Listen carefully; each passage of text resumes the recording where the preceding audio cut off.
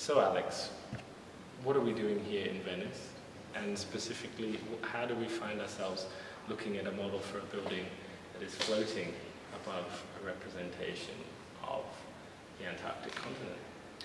Well, when we were beginning our research, you and me, into what Antarctic could be, there were two kind of main strains of thought that were kind of bouncing around. There were kind of the magnetic fields, which could make things levitate as a kind of structural, as a unique structural system, right?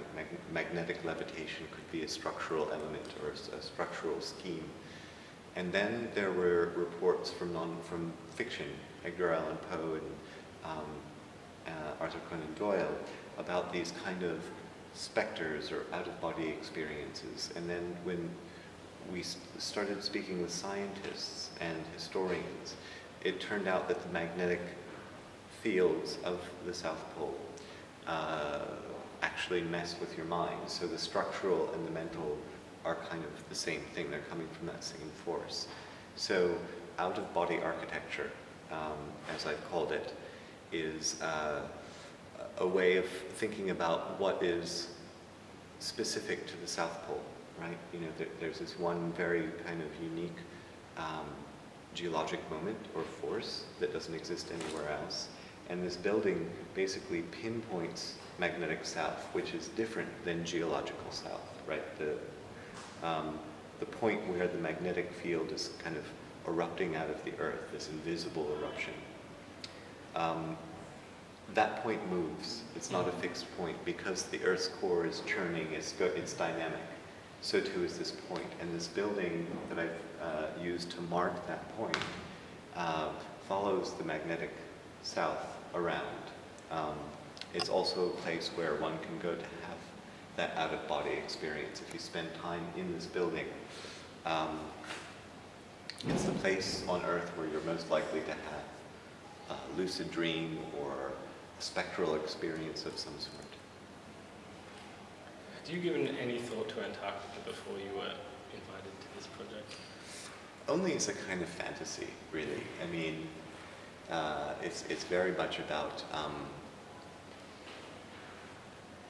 that place that you can't go. It's kind of like the moon, in a certain sense. You know, I know about Antarctica as much as I know about the moon, right? So I think that artists use science and history in a kind of peculiar way. You know, we lie about it in a certain sense. You know, we misuse it, we abuse it. But that's not to say that we're not telling the truth, in a sense. You know, there's some sort of fantasy that could become reality. You know, I mean, it's that kind of fantastical that will push us into some other future. So, following on from that, how does a lie, a fantasy, you know, about Antarctica and about building in Antarctica, how do you think this all functions in the context of the Architecture Biennale?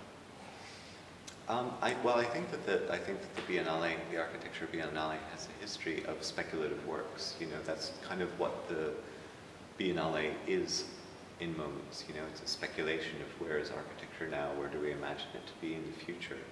And so I think this exhibition is really sort of sitting well within that framework of fantasizing what could be.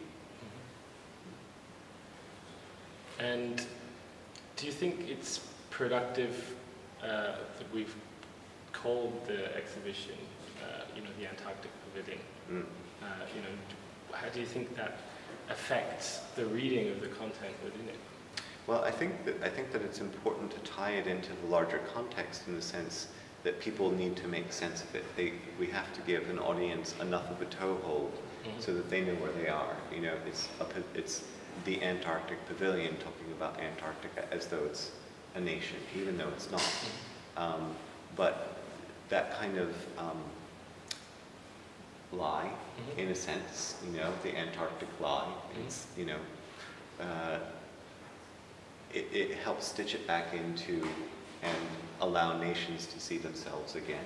You know, by having a non-nation in the context of nations, it kind of disrupts what we think of as nation. Great. Yeah, good. Bam. Sweet.